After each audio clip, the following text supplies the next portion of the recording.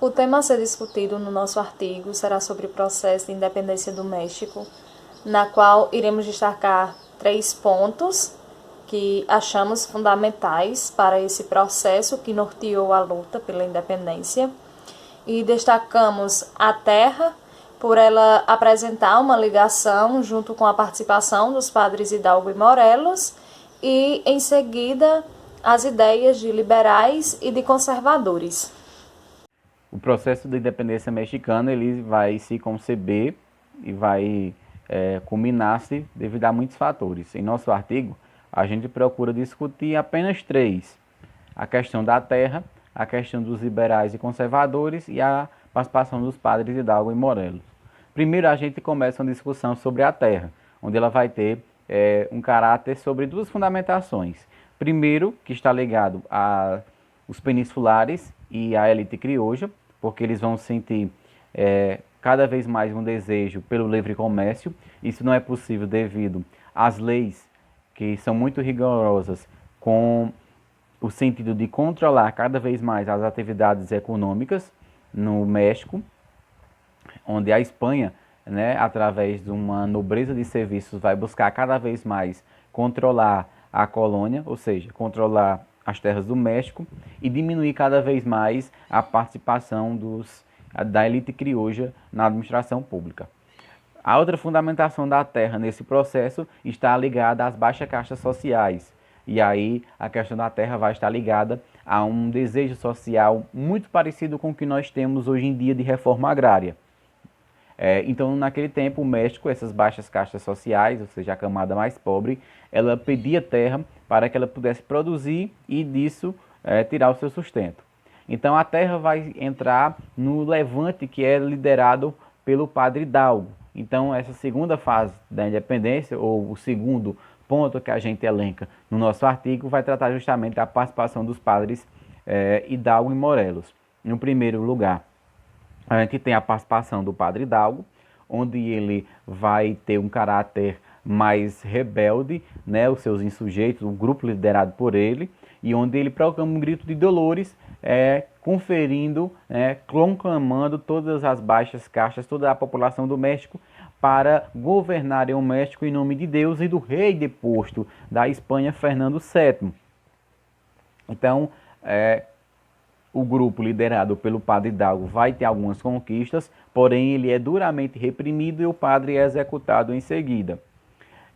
Com a execução do padre Hidalgo, e a gente já vai ter a liderança desse movimento pelo padre Morelos. O padre Morelos vai ter um caráter diferente do padre Hidalgo, onde ele vai procurar uma organização maior, tanto da questão militar, quanto também da questão ideológica desse movimento, onde aí a gente vai ter um movimento mais organizado, com objetivos claros e mais difundidos, diferente da primeira fase que foi posta por padre Hidalgo. Então o Morelos ele vai ter um movimento mais organizado e, consequentemente, com isso ele vai ganhar amplo apoio, principalmente das baixas castas sociais e também de uma pequena parte dos crioulos. Com o passar do tempo, é proclamada a independência do México pelos congressistas, que tem a participação do padre Morelos, mas só que nesse momento o padre já está em uma fase de declínio. E aí, consequentemente a isso, seu poder militar já em declínio, os insurreitos, os rebeldes liderados por Morelos, ele já vai ser duramente repreendidos, violentamente massacrados, e com isso o padre Morelos também não consegue atingir com êxito o ideal de liberdade, o ideal de independência que é fundamentado pela sua luta. A construção de um Estado independente só viria a ser viável pelo projeto de Iturbide em seu plano de Iguala. Iturbide ele era oficial do exército e tinha participado da repressão das revoltas dos padres Hidalgo e Morelos, onde ele se sentiu insatisfeito pelas retribuições que eram oferecidas por Fernando VII. O plano de Iguala tentava expressar uma proposta de consenso entre os grupos que viam seus privilégios ameaçados. Então, Iturbide ele renuncia ao seu cargo, levando com que fosse instalada a tão sonhada república que nasceu como ideia no meio intelectual. Então, nasce aí uma série de guerras civis entre liberais e conservadores, onde terá dois projetos de ideias bem distintos um do outro.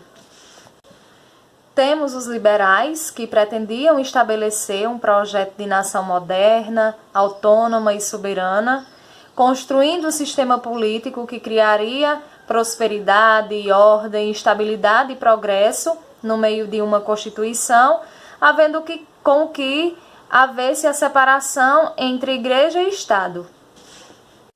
E temos os conservadores, que defendiam um projeto amparado pela Igreja, uma administração monárquica que seria apoiada, pela Igreja, pelo Exército e pela elite crioula.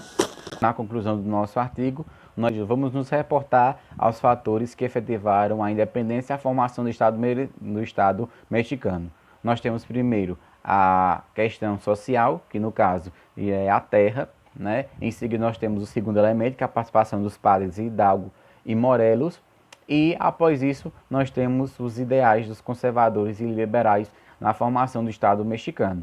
Então cada um teve sua parcela de contribuição. A terra vai estar ligada tanto à questão econômica, ligada aos setores de elite e à sua necessidade de uma política mais aberta de economia, o que era rigorosamente controlado pela política e pela administração da coroa espanhola. E também a terra também ainda configurava-se ao desejo de reforma agrária, digamos assim. Não tão explícito, mas um desejo de reapropriação das terras para as camadas mais baixas, que era um dos segmentos que o padre Hidalgo e o padre Morelos vão colocar no seu plano de luta pela independência. E aí nós temos a participação dos dois padres. O padre Hidalgo vai iniciar esse processo, conclamar através do grito de Dolores toda a população do México para ir lutar pela independência e autonomia do México em relação às arbitrariedades da coroa espanhola.